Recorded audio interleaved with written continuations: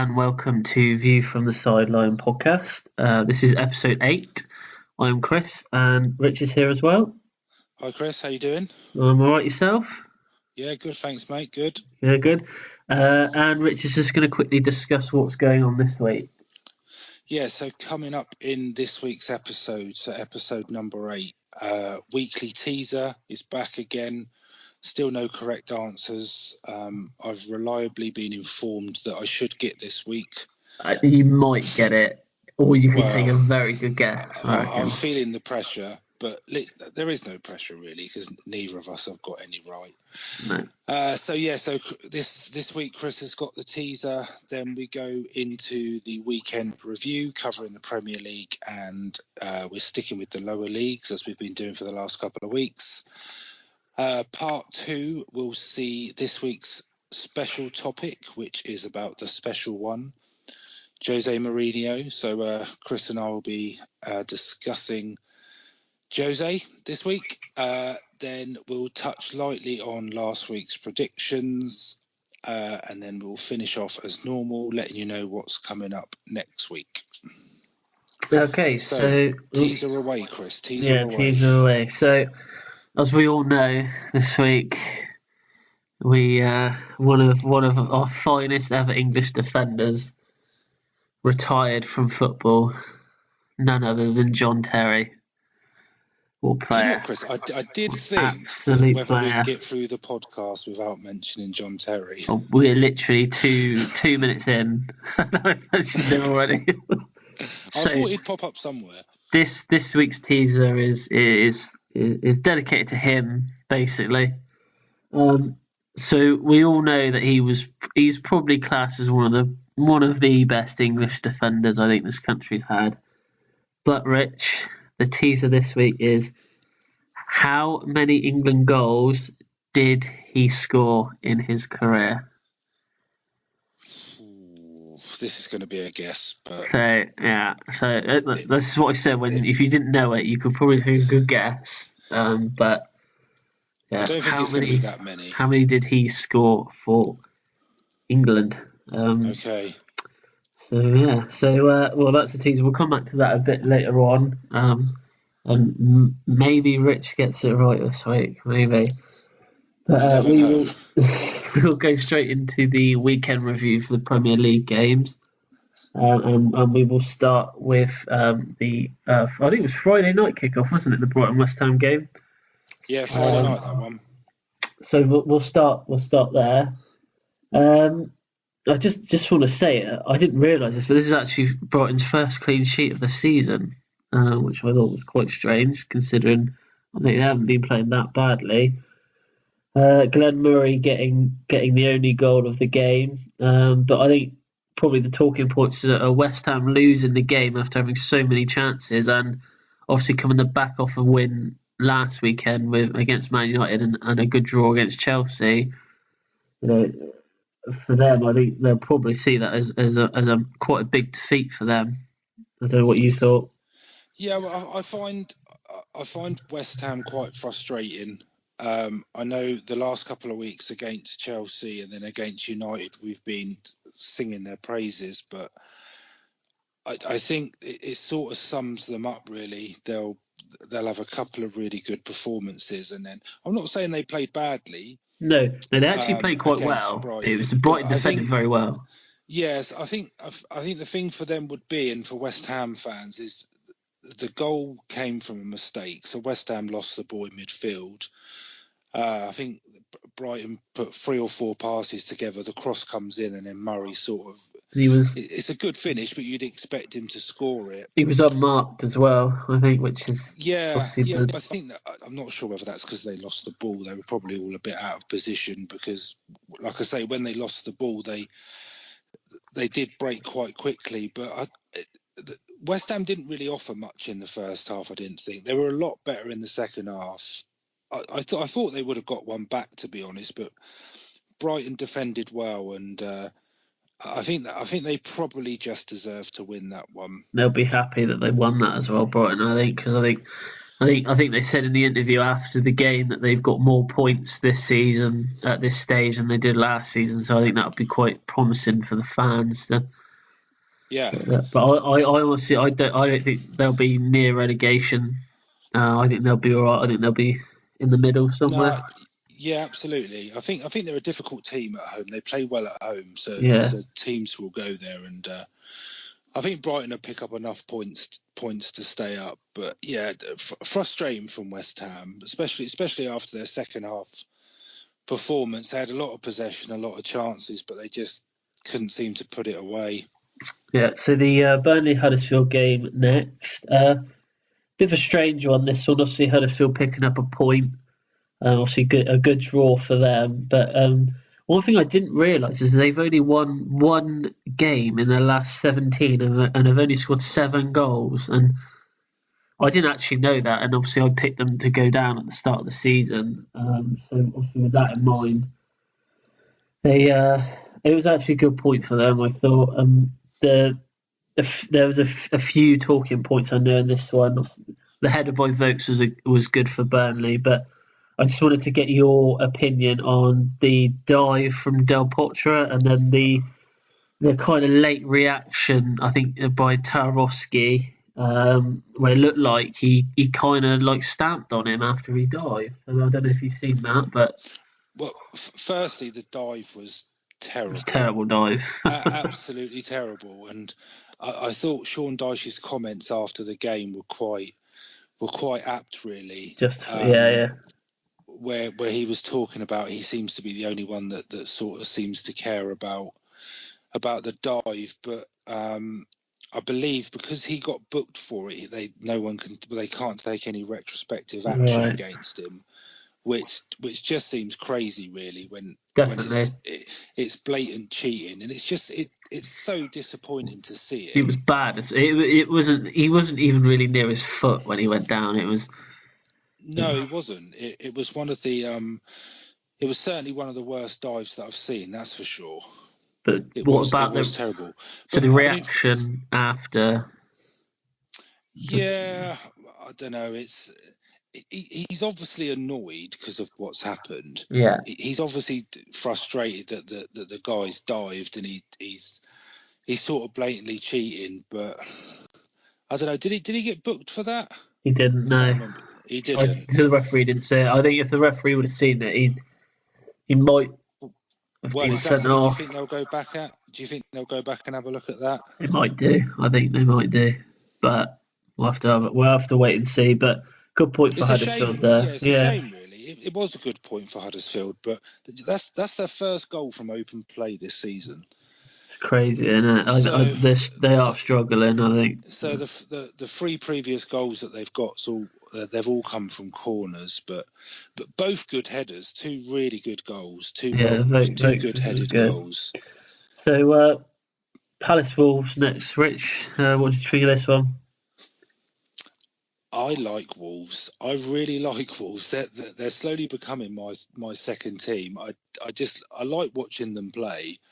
Um, there was a stat before the game where Palace have not scored a goal at home so far this season in the 3 or 4 games they've played. Yeah, And I mean, I know Zaha was playing. He looked dangerous in the first half. I thought the first half was pretty even. I thought it was. Yeah, they both had chances. I wouldn't say they were sort of clean cut chances, but both teams did have chances. They just couldn't take them.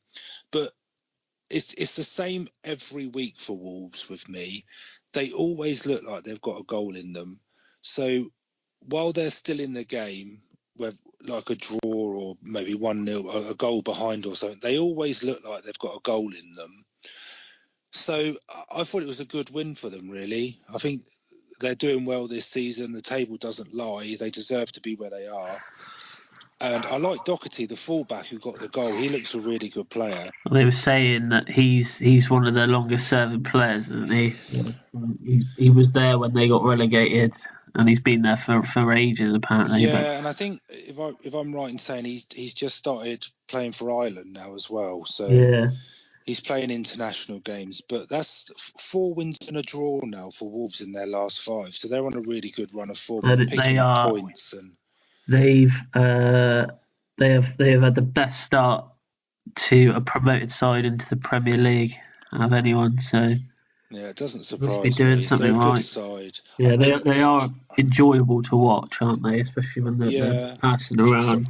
From a Palace point of view, I think it's the same thing all the time with them. I think they need a striker. Yeah, I've said that week in, week out. I'll keep saying it. They need in January. They need to buy a striker. Yeah, absolutely, without shadow of doubt. Benteke doesn't. Sometimes you don't even realise he's playing. He doesn't really offer them anything. And you think with Zaha and Townsend out wide. To be fair, they're the only two that you hear when they're going forward. If you say you're listening to on the radio, all you hear when Palace go forward is either Zaha or Townsend. You don't really ever hear Benteke's name. So no, but Zaha reminds me a bit of Gareth Bale when he was at Spurs, like his peak just before he went to Madrid. Yeah, and it was almost give Bale the ball and he'll make something happen. Whether he beats a few players and then hits one in from 20 yards, or he's going to put a killer cross in for someone to just knock it in. That seems to me how Palace are playing at the moment. The latter stages of that game, because they were 1-0 down, they were sort of chasing the equaliser. Everything was going through Zaha, but on this occasion he couldn't do it. But it does remind me a bit of Bale when he was at Spurs towards the end. Okay, so the Leicester-Everton game, it was watching it. It was one of those games where probably either team actually could have got something out of this game. I know, obviously, Leicester sending off and everything, but what a goal from Sigurdsson near the end. Yeah, that was a quality goal. The turn and then the shot. It's a lovely goal. That deserved to win any game. Yeah, that was but that was definitely something special. Sigurdsson for me, he is. I know they've got Richarlison now, but Sigurdsson, he is probably Everton's best player. He provides pretty much every goal they score goes somehow through him. He's in a bit of form. I think that's 4 in 4 games for him now. So he is knocking them in a bit. But I think that on paper, I think it was quite an even game. It was, yeah. I think the early goal for Everton, I'm not sure what you think about it, but I'm putting that down to a goalkeeping error from Schmeichel. Yeah. I'm not entirely sure why he was where he was, and then when he sort of went to try and punch the ball or whatever he tried to do, he almost sort of it brushed his fingertips, and then it was a simple finish, and they're 1-0 down, then they're chasing the game. But they did. I thought after they'd gone 1-0 down, I thought Leicester actually played quite well, but they did. And Vardy's so dangerous. When he goes forward, he's got the pace. He plays on the shoulder, doesn't he? And if they put something over the top, he likes those over the top balls, doesn't he? You can see every time they've got it in defence midfield, you can see him. He's always looking to make the run in behind. Yeah, and I think he had the beating of the Everton defence. I just think he didn't take the chances almost as well as he normally did. But what an equaliser as well. That was a great finish. The way Pereira dummied the defender. So he played a kind of a 1-2, didn't he? He played a 1-2 like around the halfway line, and then in. But it's one of those. If he misses the striker in the middle, he's going to be going mental. Yeah, absolutely. But it was a great finish. It's just a shame. Shame they lost, but Morgan getting sent off again. I think that's his second in 3 weeks, 3 or 4 weeks, and they've both been for 2 yellow cards. So do you think he is still Premier League quality, or would you say that he's probably lost a yard or two and he is only in that team because they have got no one else, or they just they feel that he's still. You say they haven't got anyone else, but almost the forgotten man that in the summer was linked to a lot of big teams. Johnny Evans is at Leicester. Yeah. And I think a lot of people forget that. I think Morgan has I think he's lost some pace. I think that's only natural that he's going to. But part of me thinks he's still living off the season when they won the title. Yeah, he's He is the captain. Is he captain? Yeah, I think he's he's the captain, club isn't he? captain. Yeah, but it was interesting. There was some Leicester fans on a podcast that I was listening to over the weekend, and one of the fans was saying that he thinks that the decision, like squad selection, like team selections, being made above the manager's head. So and not through pure. Yeah, and that's why Morgan's still in it rather than Evans. But could be. They're both yellows for me. The second one, definitely. Richarlison's done him a treat, and he knows if he doesn't do something, he's in on goal. Yeah, he's coming in from an angle, and he sort of pulls him back. So it's a definite yellow. But I just find it a bit odd that 2 send-ins off quite quickly, but they're both for 2 yellows. You'd maybe think he would have learned from the first one, but maybe. I don't know. He's an okay player. I'm not convinced he's at the level that Leicester need him to be honest. Okay. Well, we'll move on to your team now, Rich. The Tottenham Cardiff game. Yes. I'll let you lead this one. Well, so start off with a stat, and I know I've mentioned this before, but that's 38 games now that Spurs are unbeaten against promoted sides. But well done. We've got, thanks, we don't win a trophy for it. We should do, but we've got Wolves away in a couple of weeks, so I think that it may well go. Yeah, that's the game I'm not looking forward to be honest. But Spurs didn't really play that well, but they got the 3 points, which is the main thing. I don't think it was a great game for a neutral, but I'd say there were some positives. I really like Danny Rose. I think Spurs have got a bit of a different dimension when he plays. He's always getting forward. I know he won the penalty against Huddersfield last week, and then one of his breaks early on led to the corner, which Spurs scored from. Which was poor defending, by the way, from Cardiff. It was awful defending. I think any sort of defence should always work on winning the second ball, but Cardiff their defenders just remained motionless, and Dyer had a pretty easy finish, to be honest.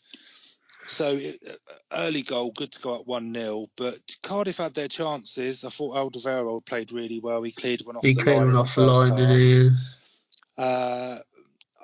One thing I am noticing about Spurs at the moment is the way Son and Moura are playing a lot more advanced. Obviously, both really quick, so I think Spurs are trying to utilise their pace up front. And Harry Kane's almost playing a little bit deeper. Yeah. Almost like a proper number 10, rather than leading the line. The roles seem to be slightly reversed, but yeah. I don't know. 3 points is 3 points. I'm not overly enamoured about the performance. If you think of who Spurs were missing, so I think like Dembele, Eriksen, Vertonghen, Dele Alli, they're missing some key players. But I know what you want to talk about in this game, Chris. I've been waiting for this. I know what you want to talk about. Your view on the sending off, please. It's a sending off. Sending off. I would 100% agree with you on sending off. You would agree? Yeah. I was just winding you up earlier. Yeah, it was a clear sending off. Obviously, you don't know. Chris has been winding me up all day, saying that it was never a sending off. So I was waiting for a heated debate. No, it was. I tell you why I think it's a sending off, because I think it's a professional foul. I don't think that a player needs to be clean through on goal to be fouled. No, it was an awful tackle. The key things for me were, one, he was absolutely not looking at the ball. No, not at all. He had his eyes firmly on the player, and it's a flying shoulder. I think that would even be at least a yellow card in rugby. So I know Neil Warnock sort of apparently he made some comments to Harry Kane about sort of playing to get the man sent off, but for me it was a definite red. Because Kane got burnt, didn't he? Yeah, when he Meat did got sent after, off, yeah, he got but burnt. Yeah. it's a definite red for me. It's a stupid challenge, and he never played like that for Yeovil, mate. He was always a good lad at there you Yeovil. go. Well, I thought Spurs might have gone on and got a couple more, but it's always dangerous at 1-0. But 3 points is 3 points. Sometimes you've got to win ugly. So the might be one of the more surprising results of the weekend. The Watford-Bournemouth game, an emphatic win for Bournemouth in the end. Some good counter-attacking from Bournemouth for the first goal. And actually Watford were actually on top for most of the first half until sending off. Not sure what you thought on that, but to me, he had to go. I think the second again, similar to Morgan. I think they're both yellow cards. What I can't understand is he knows he's booked. First off, he's pulling the guy's shirt, which would probably have got him sent off anyway. And then for the player to go in the box and then Kabasele just to trip him up, I just can't understand it. Anyway, after he was sent off, it was really all Bournemouth, and they really showed some really nice, slick sort of like moves going forward after the sending off, I thought. Yeah, I agree. I really enjoy watching them play football as well at the moment. So I know Bournemouth were unchanged from last week, which is one thing I do like about Bournemouth and about Eddie Howe, where I think some teams almost rotate the squad depending on who they're playing and how they want to play, which is all well and good. But I think Bournemouth do give some consistency with their starting 11, and I think I'm not overly surprised Bournemouth won. I was surprised by the scoreline because, like you say, I thought Watford were pretty much in control until the sending off, and like you say, Bournemouth are good on the break. I mean, Cathcart missed a sitter at 1-0 for Watford. Yeah. If that goes in, then it's a completely different game. Isn't it? Yeah, but the second yellow, I mean, King gets goal side of him, and it's almost as if it's similar to the Morgan one. He knows he's out of position. He knows he's been done. And it's almost as if he hasn't got a lot of other. Well, he obviously has got a choice, but he just pulls him back, and that completely changed the game. You could tell the Bournemouth fan, all the Olays started coming out with the passing and stuff, and it almost felt like a testimonial to me towards the end because it was so one-sided that the scoreline was 4-0. It was already done. It's just like I think Watford were just waiting for the final whistle, but. Wow. Interesting. That's Bournemouth's sixth penalty in the last 8 games. They get a lot of penalties, Bournemouth do. Bournemouth are having a good season when their fans are chanting Olé every time they pass the ball. Yeah, absolutely. Yeah, absolutely. So we'll move. Yeah, but a good win. Yeah, we'll move on to the Man United Newcastle game. Now, if there was ever a game of two halves, this was definitely it. I know we're going to obviously talk about Mourinho in a bit more in depth later, so I'll just briefly go over this one. Newcastle actually dominated the first half, and obviously it wasn't great defending for both of Newcastle's goals from Man United. Then obviously Mourinho decided on making a change after about 20 minutes to take Bailey off and put Mata on. Didn't help at first, but then obviously in the second half, I'm not sure what he said to them at half time, but they came out looking like a completely different team. And I think it was one of those where when they got the first goal back, the free kick from Mata, you could almost tell that the game was about to change. And mate, they just kept going forward and forward and forward. And fortunately for Newcastle, It's another defeat. United couldn't have got much worse in the second half, though. The thing No. I found interesting from the start of that game is two things, really. Is that Newcastle, I know we said last week when Newcastle lost to Leicester at home, and we were talking about how you would expect Newcastle to come out, be a bit more attacking when they're at home against a team that you almost think that it's a good game for them to get a result from. Yeah. That's how Newcastle started. How they've been playing this year, going to Old Trafford and starting the way they did would be the last thing I would have thought did. United didn't help themselves, to be honest. I think Newcastle's second goal, when he gets the ball in the box with his back to goal, he should never be allowed to turn and get a shot away. It was almost not at this level, but that reminded me of the second goal against West Ham the week before, where in the box they were just backing off. They were backing off and backing off. And Newcastle absolutely deserved to be 2-0 up. And the bit for me that the game changed on was the handball. I don't know how the ref missed that from the free kick. Yeah. Well, I think it was Ashley Young jumped up with his arm out. And the ref didn't even give a corner. He gave a goal kick for that. Shelby was not happy, was he? You wouldn't be. No. If they get that penalty and they convert it, they're 3-0 up. I think it's game over.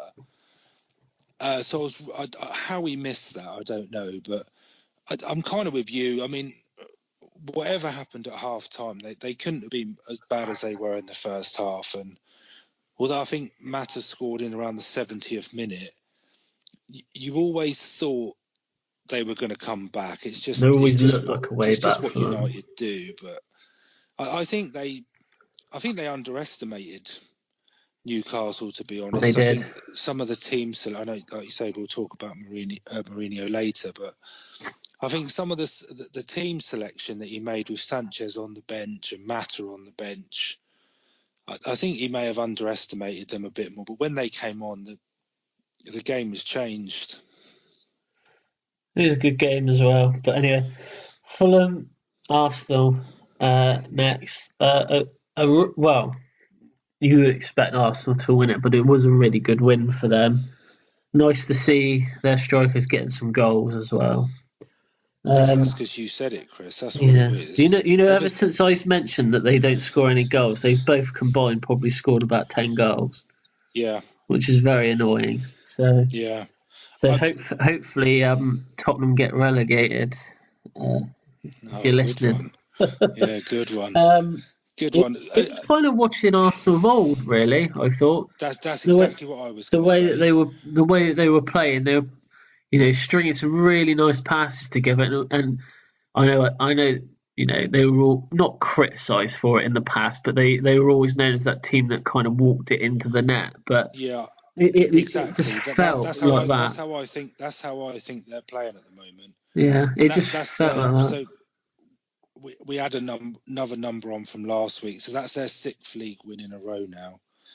I think they had something like 5 attempts on goal in the second half, and they scored 4. That's where some teams fall down because they don't take their chances. No. But it was just every time that they got forward, you could just tell that they were expressing themselves really well, and they knew that they could get a goal. I do think for Fulham, how they play. I picked Fulham to go down, but I think they play pretty football, and they try to do it the right way by keeping the ball on the deck and passing it around. But I think they need to be a bit more boring. I think they need to be a bit more I know what rugged.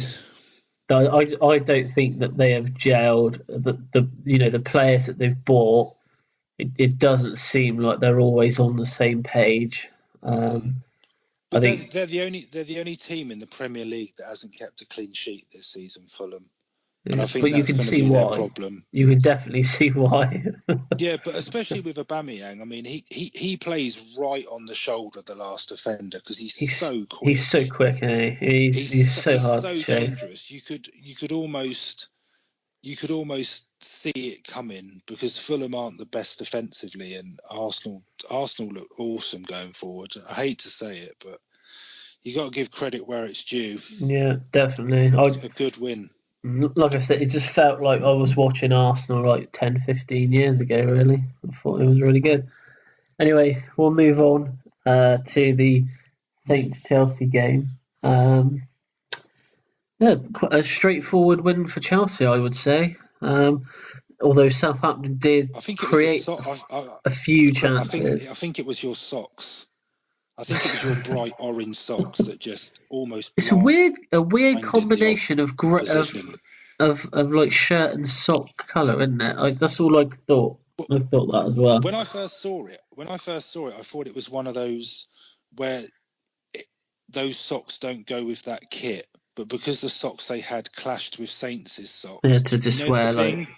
Where you like sort of wear your away shirt and your home shorts. They'd have to quickly go to Sports World to get some socks. I just want to say, talk about two players really that I was impressed with at the weekend, Chelsea. One was Ross. Terry.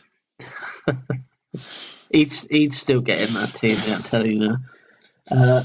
Barkley, Ross Barkley is probably the best I've seen him play for Chelsea. I know he hasn't had a lot of chances, but I think maybe getting called up for England maybe helped his performance a little bit. I thought it was actually a game where, because he is known for a stray pass or two, but pretty much all the passes that he made were pretty good. But obviously, Hazard, I think, what would we do without him, really?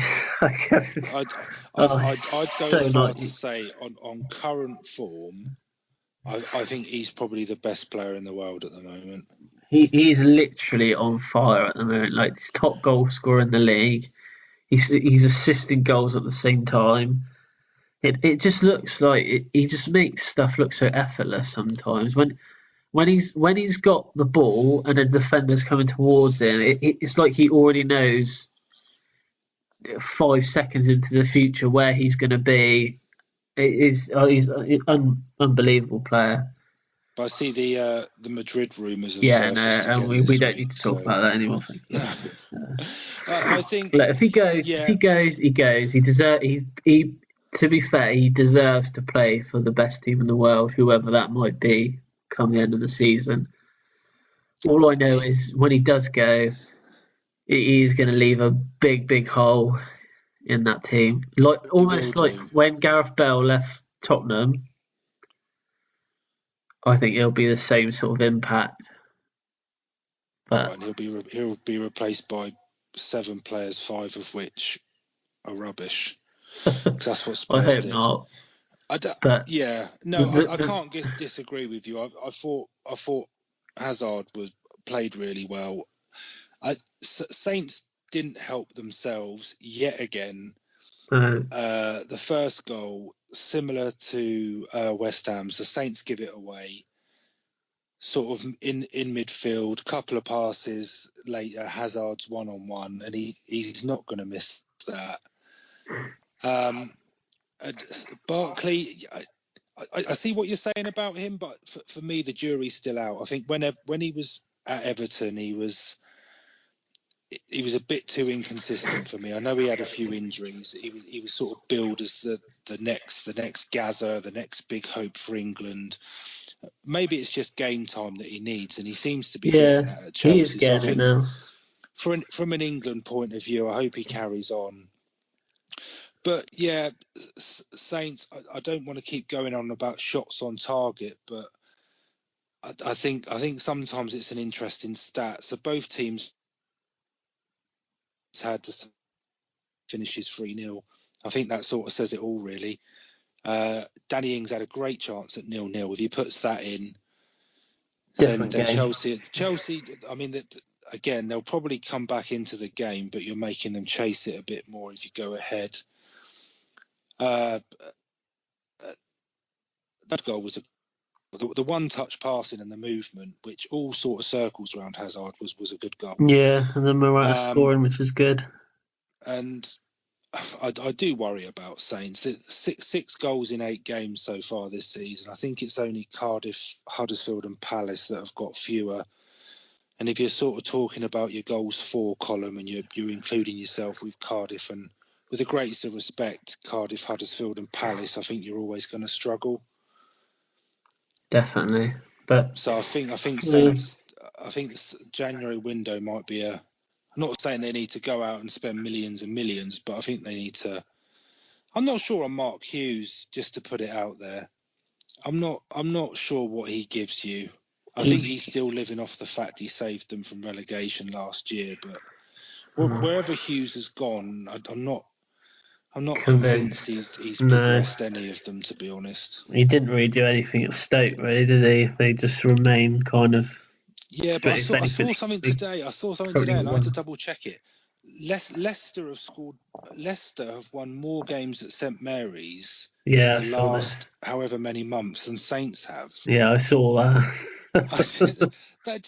That's crazy. Yeah. I can't remember what the time period was, but for an away team to have won more games at your ground than you have, it's just, I don't know. They won't be putting that in the match programme anyway, I don't think. No, absolutely. Yeah, absolutely. Okay, so the last game was probably billed as probably the game of the weekend. Unfortunately, it did not live up to expectations. It was a very, very dull game, I thought, and considering the talent that you had on that pitch, I think you would have expected a little bit more. I don't think there's even really that much to talk about, to be honest with you, in this game. There's, apart from the penalty miss, I don't think the ball's landed yet.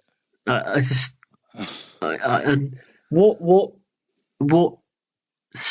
I could not believe is after the game when I don't know if you heard this, but they interviewed Pep Guardiola, and they were talking about the penalty miss, and then the guy mentioned to him, he said, "Well, do you know he's missed 4 of his last 7?"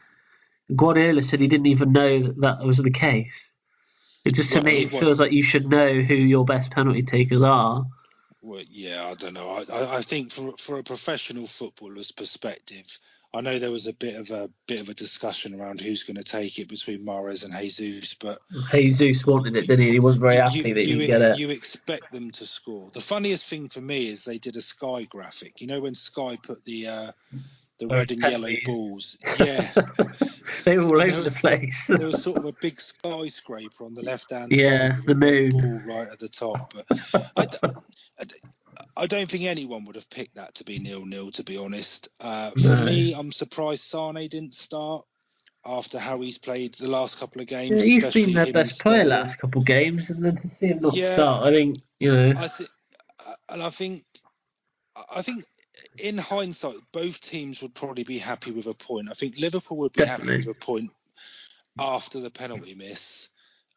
But I think before the game, City probably would have been happy with a point after how they got on against Liverpool last year. So I'm not sure. Both teams are still undefeated. I'm not sure they're going to be that upset about it. Everything with Liverpool comes back to Salah with me. When he's not on two big games, Chelsea and Man City, he's done pretty much nothing. And last season, he would have run those games. He would have scored goals, wouldn't he? It's an odd one to see a player like that have such a good season, and then all of a sudden he looks like he is really shot. I don't know whether it's because he just needs a rest. Maybe, I don't know. Because obviously, I'm sure it'll come good. Cup, but I just find it a bit strange. Well, they were saying, I'm not sure if you've seen, but they were saying when he came off against Chelsea and he took his top off, he still had his shoulder was still in strapping, like that stuff that they use for the muscles and stuff. Oh, is this all going back to Ramos? Are we still living off that? So this then led Liverpool fans to say that the reason he's not playing well this season is because he's still carrying an injury from the end of last season, and because obviously he was at the World Cup, he hasn't had time to rest. So they'll be blaming Karius next. Yeah.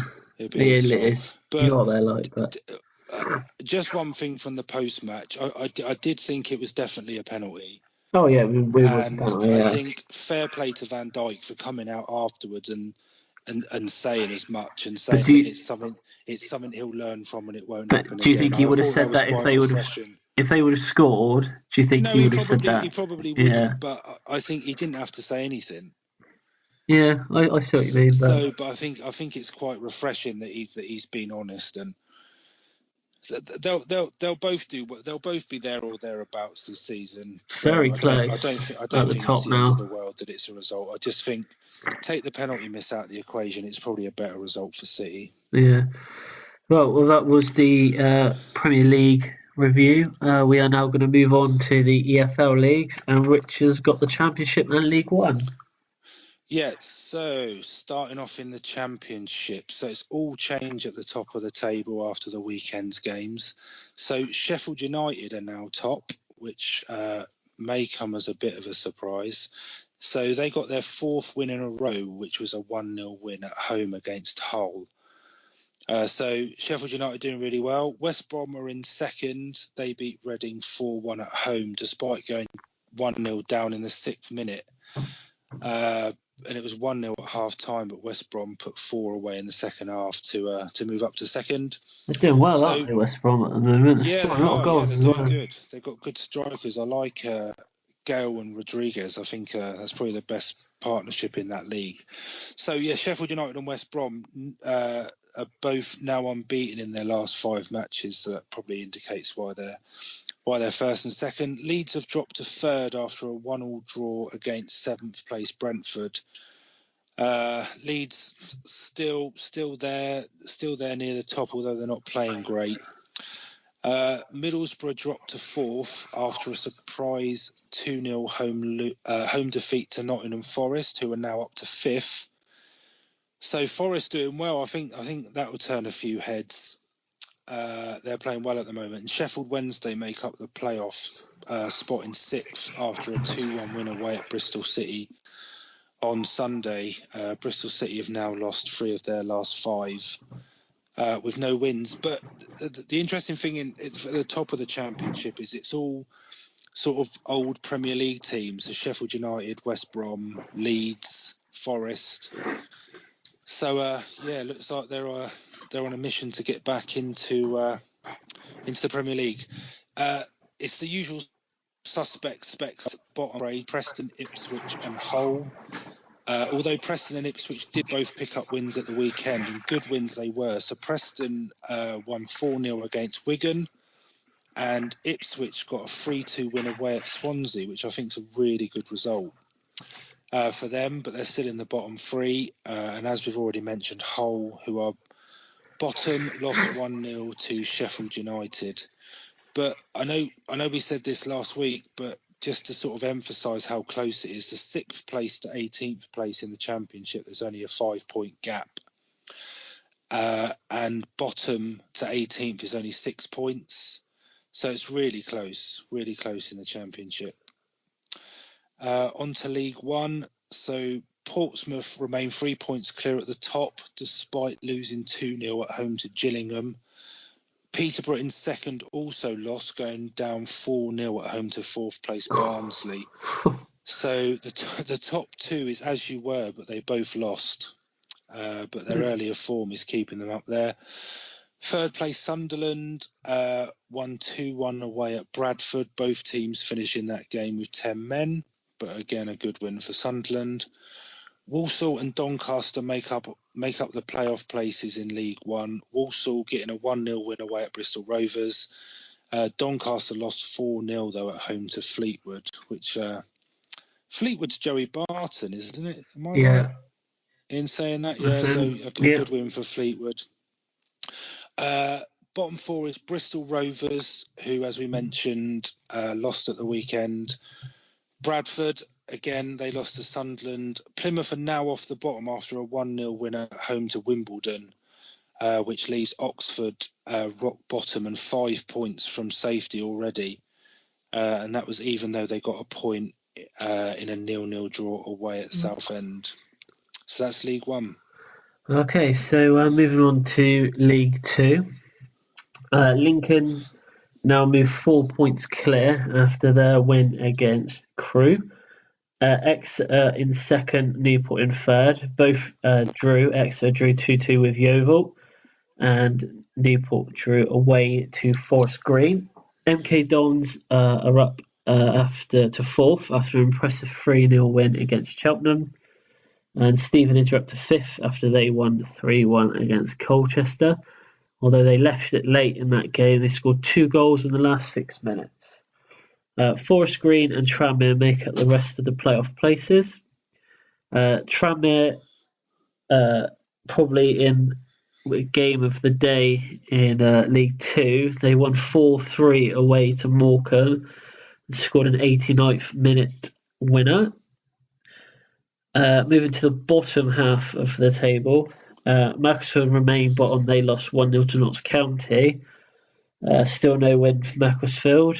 Notts County, after a really poor start to the season, are actually second in the form table now. So they've really changed things around there. Cambridge second from bottom after their 2-0 defeat to Crawley. And Northampton moved closer to the bottom two as they drew with Swindon, and Grimsby won against Port Vale. So that was the EFL roundup. Is it only 2 teams from League Two that go down? Yeah, only bottom two. So, but again, it is close at the bottom. I think it's like with I think it was the Championship. You said there's like 6 points literally between I think 11th and bottom. So I think it was 6 of the bottom 12 won this weekend. So how did Yeovil get on, Chris? They drew 2-2 with Exeter, Rich. They did. Second. Oh, that's right. Yeah, you had that in the predictions. That's a little bit better. Since they won 6-0 against Newport, they've struggled a little bit. So yeah, we'll see how they get on. But they're one of those teams where you never really know which year was going to turn up. So yeah, so that was a roundup of the EFL. So that is the end of part 1.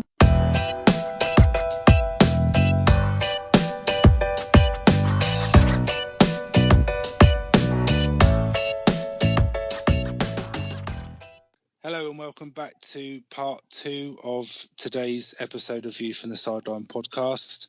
It's now time for our special topic this week, and it's all about this man. We have top players, and I'm sorry, I'm a bit arrogant. We have a top manager.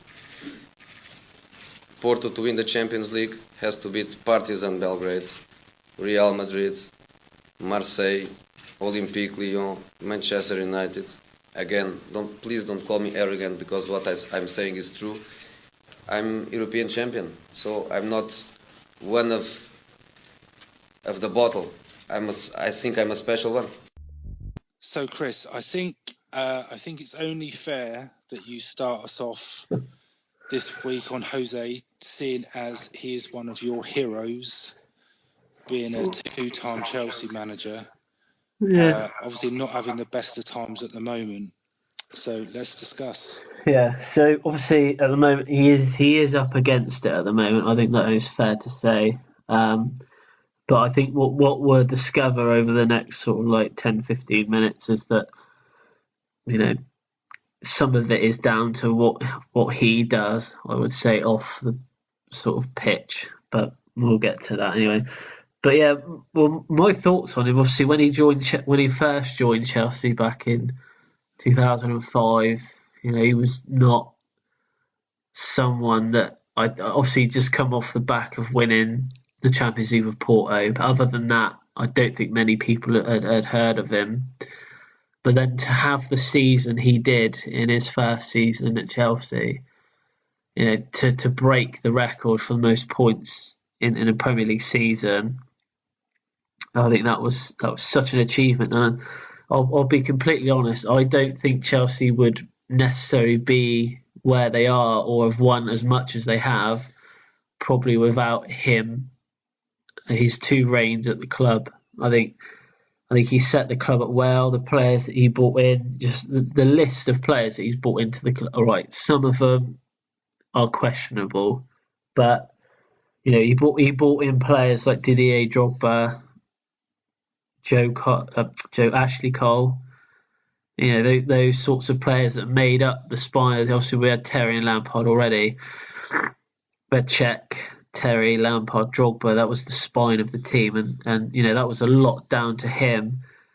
But yeah, I can't really say a bad word about him just because of what he did for our club. Both times probably left, not on a great note. But obviously, for him to come back the second time, obviously the club must have trusted his judgment and his management skills. But I think you've only got to look at what he's won, at the clubs he's been at to know that he is, he's up there with the best managers. I think, we've seen in football. I'm not going to disagree with you, Chris. Yeah. But I think I may have a more slightly less biased view of it than yourself. But yeah, touching on a few points, because the question I'm going to ask you is, so I don't think there's any denying his record and the trophies he's won. So I think I'm right in saying this. So 2 league titles in Portugal, 3 in England, 2 in Italy, 1 in Spain, 2 Champions Leagues, 1 Europa League, 1 FA Cup and 1 League Cup. Yeah, 25 in total. And the one of the things that strikes me with Mourinho, if you look at his win percentage from all the teams that he's managed, so his highest is at Madrid. So these are all from 100 plus games. So his winning percentage at Madrid was 71%, so just under 72% at Madrid. His first spell at Chelsea was 67, and his second spell was 58. So the thing with Mourinho with me is, and the question I'll put to you is, so from how you've described him and what he's won, how has he ended up in the position that he is at the moment? And one of the things that strike him for me, and my personal view on Mourinho is I like him. I think he's good for football, but I would hate it if he managed Spurs. I think he's good for the game. Yeah. But I don't like the circus that comes with him. So yeah, I think if you look at all his previous clubs, and I think you almost hit the nail on the head, they've all had a really good spine. And yeah, he used Abramovich's millions to build a team, that was probably one of the best that the Premier League's ever seen. But why is he in the position he is at the moment? Is it him, or is it the team? Is it the club? Well, is unfortunately, it the history of United that he's struggling with? What do you think?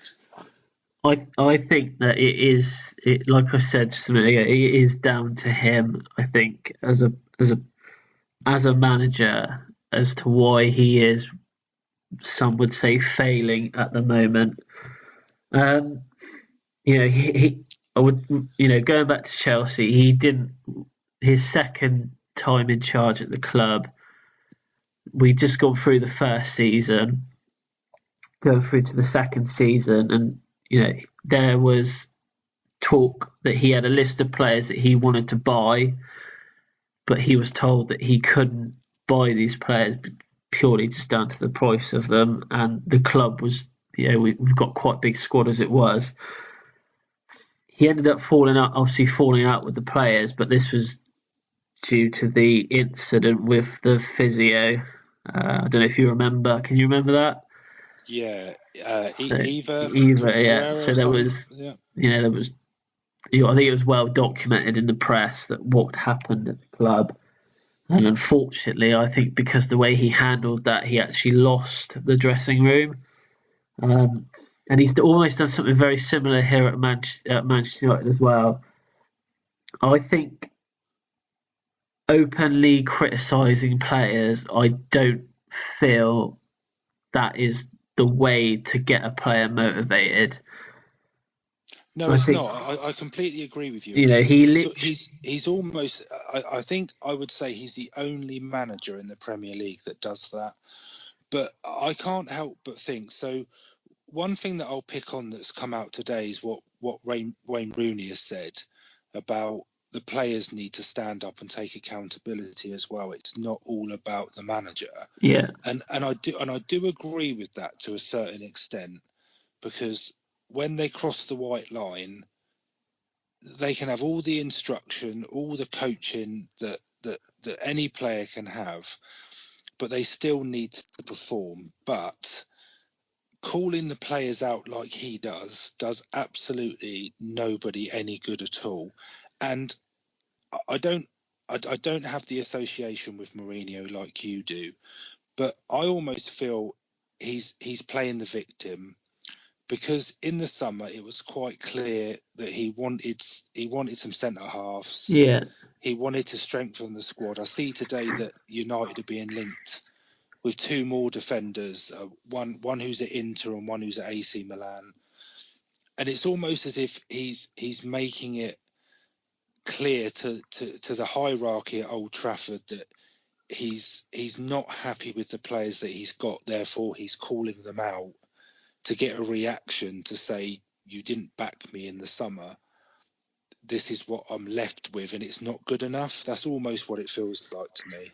I think you're right there. I think like a bit like with the Chelsea scenario, it's almost like he's chucking his toys out the pram just to see if he can get a reaction from the board. Like the thing is because obviously his most recent victim was probably Martial and Pogba. Obviously the Pogba incident at the training ground, but with Luke Shaw as well. Obviously 2 seasons ago when he made some comments about Luke Shaw.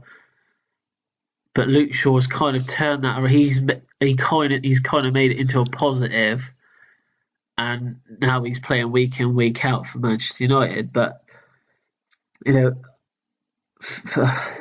for me, it just feels like when he doesn't get his own way, like you said, he takes it a bit personally, and it's almost like he sets out on a course of a bit of destruction, or he makes the odd comment But that's on the drama. TV to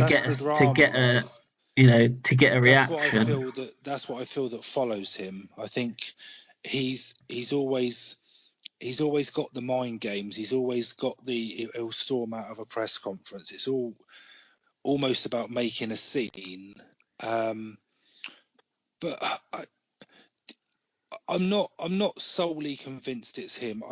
There's still a bit of me that thinks that anyone that went in at United is going to struggle to a certain extent, purely because of what Ferguson did. Do you think this is because of Alex Ferguson? So because obviously Alex Ferguson was so successful that anyone after, obviously Moyes took the biggest hit of them all, because he was obviously on a hiding to nothing. But there's been a lot of comparisons this week from their comeback against Newcastle. There's been a lot of talk about when Ferguson first took over, and I think there's 2 games, one against Forest where Mark Robins scored, and then also the FA Cup. I think it was Lee Martin against Palace, and there was always the talk that those were the sort of 2 goals that saved Ferguson's career, because at the time United were struggling, etc., etc. But in my opinion, the days of managers sticking around for 10 plus years, like your Arsene Wenger's and your Alex Ferguson's, not going to happen. No, I don't think it will. Even Eddie Howe at Bournemouth, I think he's now the longest serving manager. But let's be honest, if they carry on the way they're going, someone's going to come and snap him up before he's sort of served 10, 15 years there. Yeah. But I think that there's something around United fans have been spoiled for such a long time while Ferguson was there. David Moyes, love him or hate him, he was never really going to succeed there. Neither was Van Gaal, but I think Mourinho's got the capability and he's a good enough manager to succeed there. But to me, the players just aren't good enough. Some of No. your Pogbas, your De Geas, I'm not Sanchez's biggest fan, but he's a good player. Lukaku, but that's about it. If you think when Ferguson was there and United were at their peak, every single player from 1 to 11, even the bench, they were all world-class players who would change a game, or they knew the Man United way. Because I also heard this week, admittedly it was at half-time in the Newcastle game, so I guess there was a bit of anger around United fans, but there was a few people on the radio calling for Ryan Giggs to come back. But what I don't understand, why? Because he understands the United way. But that doesn't make him a great manager, does it? No, I but it don't doesn't. But understand my argument to that is, you can know the Man United way, but if you haven't got the same sort of squad that was there, then you're not going to succeed. It's like saying about Spurs and their history and everything that goes with being part of the setup at Spurs. But do you know what I mean? You wouldn't bring an ex-player back just because they know about the club ethos. That's only part of it. The squad, in my opinion, isn't good enough. I would go as far as to say I think the squad that Mourinho's got at the moment is probably one of the worst squads he's had as a manager. It's probably fair to say, but it's out there. Would you say that's going to go viral now, isn't it? I'm going to get a lot of stick for that. So would you say, 6-7 years ago, Alex Ferguson decides to retire? Do you think he retires because he knows that squad that he's got at present, he isn't going to be able to get back to what he had, say, 10, 15 years ago? So do you think he could almost see a crystal ball and he thinks, not things aren't going well? I think Ferguson was always good with recruitment. I think there's probably, if you think how long he was there and how many signings he made, there's probably only a handful that didn't pay off. But with Ferguson, he was an absolutely unbelievable manager. You knew exactly where you were with him. The respect the players had for him was second to none. That's probably where Mourinho's falls down a bit at the moment, because he hasn't got that. I don't think he has. So sorry, carry on. I think Ferguson's time was just up. I think it's as simple as that. So go just quickly back to Mourinho. Now I've got something in front of me here that might see why some of the board find it difficult to work with this guy. So these are the suspensions that Mourinho has had since being a manager. I will quickly just run through them. So his first ever ban was one match, was Porto. So during a Porto game, he prevented a quick throw-in as his defence was out of position. He got 1 match ban for that. He then got a 2-match ban and a €16,000 fine because he accused the referee of being biased in a game between Chelsea and Barcelona, which the referee was totally biased in that game, by the way. Chelsea should have had a penalty at the end. You might remember it as the one where Michael Ballack chased the referee halfway up the pitch, but you might not remember that. Sour grapes. After that game, a referee chief labelled Mourinho an enemy of football. He got a €75,000 fine for meeting with Ashley Cole whilst he was under contract at Arsenal. A 1-match ban and a $30,500 fine for abusing a referee whilst managing Inter Milan. 1-match ban for sarcastically clapping a referee whilst at Inter Milan. A 3-match ban and a €40,000 fine for symbolising his hands were in handcuffs at an official after he said that the officials in Italy had it against him. He got a 1-match ban and a $33,500 fine for suspicious yellow cards when Ramos and Alonso picked up deliberate yellow cards in a Champions League game, so they wouldn't be banned for the second stages. I'm going to stop you there, Chris. The reason I'm going to stop you is because I don't think that that's necessarily anything out of the ordinary. I think that's who he is. I think that's what you get when you hire him. There's probably even a part of that which is because of who he is. People do. Not all managers, but I think things like that go on, like the Ashley Cole thing, for example. If you're telling me that doesn't happen day in, day out with footballers, it just doesn't get publicised. I think. Do you think it's because of his name? Is Yeah, why probably. I think it comes with the territory with him now, because anyone who's going to sit in a press conference and pretty much say, "I'm the special one. I'm better than anybody else. This is why I'm here. This is why I get paid the money that I get paid."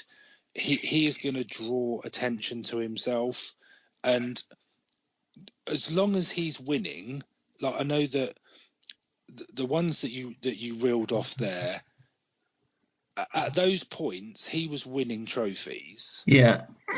I wouldn't have expected that the board and the club were that bothered.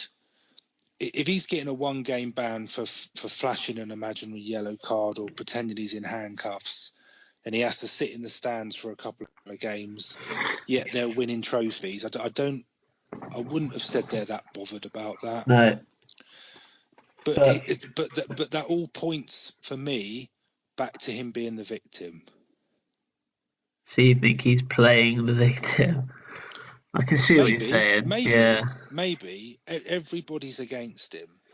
If he loses a game, I mean, I haven't followed his career with great sort of detail, but I can't imagine that there's many games where his teams have lost and he's turned around and said, "Well, we just lost to the better team." No, he has an answer for everything, really, doesn't he? Yeah, he does, but I think well, I don't know about you, but I would say that he is probably one of the best managers out there. When he's winning games, I think it's almost like his team are untouchable. I remember when he was at Chelsea and we went, I think it was like 77 league games at home without losing. I have actually got a stat. Let me find it. It's something about him. Oh, he didn't lose a home game for 9 years. Did you hear about this? No. So between 22nd of February 2002 and the 19th of February 2011, he didn't lose a home game. This is whilst he was at Porto, Chelsea, and then he lost to Sporting Gijon when he was at Real Madrid, which ended that run of 9 years. He was just shy of it was just shy of 9 years. Sorry, he was 3 days short. I don't think there's any denying he's a good manager. I just think a summary from my point of view is that he's not used to being in the position he's in at the moment. He's not used to being the manager of a huge club that are struggling and not winning games, that aren't fulfilling their potential, and they're in a league where, let's be honest, they're probably third favourites to win the league this year. If you look at all the teams he's been at before, they're always number one. Chelsea would be favourites to win the league. Madrid would be. Inter at the time were probably one of the favourites in Italy. I don't think he's used to being where he is, but I can't see him leaving United, to be honest, because I'm not sure who else is there. I heard the most crazy thing the other day where a United fan said they need to sack him and bring in Sam Allardyce. Right, we're going to end it on that note. I think that's just ridiculous. A United fan actually said that, but that's probably a good way to end the topic. He is not a United fan saying that. Right, anyway, no, probably. But that is I think he'll stay at United. Mourinho, I don't think they'll sack him. He will leave there. I know he got sacked at Chelsea, but he will leave on his own terms. Yeah. And I don't think there's anybody else out there that's as good as him. I think the players need to take a look at themselves and start performing. If they're not performing for him, they perform for the club that they play for. Yeah. Okay, so we will end it there. But I think, Rich, you've got some information regarding the predictions. Yes. So predictions for the week just gone. So Tom was our guest predictor. The results have been published online, so they're on Facebook and they're on Twitter. Paul still leads the way in the table. I'm dropping like a big brick. Not doing too well. No predictions this coming week because of the international break, but it will return for the following week, and we have an extra special guest predictor who I won't reveal at the moment. We'll keep everyone on tenterhooks, ready for the big announcement. We've got an extra special guest predictor coming up. Quickly on the predictions as well is I'm not sure if we mentioned this before, but we've agreed that the winner will receive a trophy. Yes, there is a prize up for grabs. A trophy coming. How well, exciting. At the moment, going to Paul, but I'm hoping that I can get those averages up and then I can present a trophy to myself. And I'll have more trophies than Tottenham. I'll make a special trip down to you, Chris. I'll make a special trip down to you to hand it over. But there's a reason to get involved, everybody. If you want to win a money can't buy trophy, then get in touch. Let us know if you do want to get involved. Just let us know. We don't have to know you. It doesn't necessarily have to be someone that we know. We need a listener that we don't know. It's open to everyone. So, Rich, the teaser. How many England goals did Sir John Terry score? Sir John Terry. Okay. There is absolutely no knowledge behind this at all, Chris. Okay. And I'm purely going to go for the first number that came into my head. And there's a reason that it came into my head. Because I think it's the shirt number he used to wear when he played for England. And it is purely based on that. That's the only thing I'm going by. Plus, it's a low-ish number because I can't imagine he scored that many. I'm going to go for 6. So, is that your final answer? That's the first number that came into my head. I knew he wore 26 for Chelsea. And if I'm right, Ferdinand used to wear 5. And I'm sure Terry used to wear 6. And it's a low number. So I'm going to go for 6. So you said Rio Ferdinand was number 5? I think so. I might be wrong. One was 5, one was 6, but 6 came into my head. Should have gone with Rio. Rio's. Oh, you should. Oh, no, mate, I'm joking. You got it right. Did I really? It was 6. Yeah. Oh no! Did he really? Yeah, he scored 6 England goals. Hold on, I'm gonna Google that now just to make sure that I'm right. Yeah, he did get 6.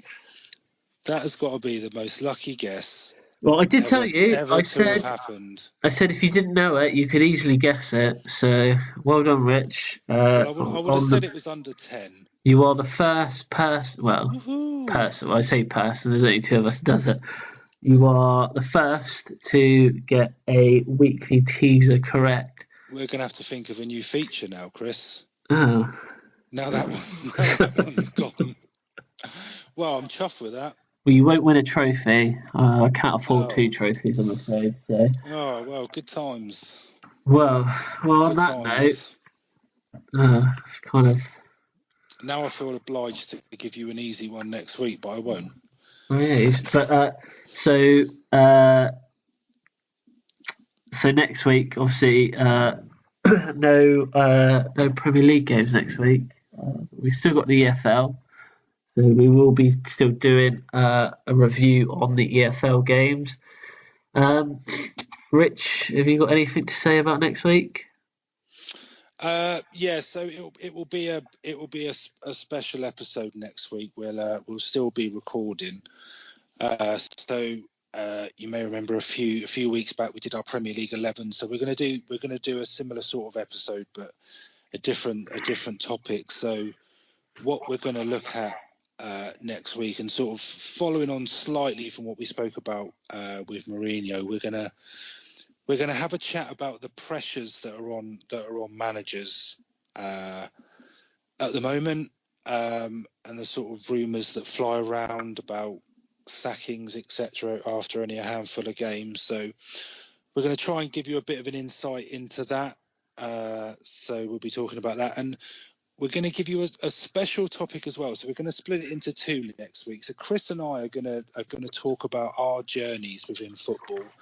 So how we sort of fell into loving the game, playing when we were younger, how we got to support the teams we support, and I guess how we kind of ended up where we are, Chris, doing the podcast. Yeah. Well, it'll either be very interesting or it'll be extremely boring.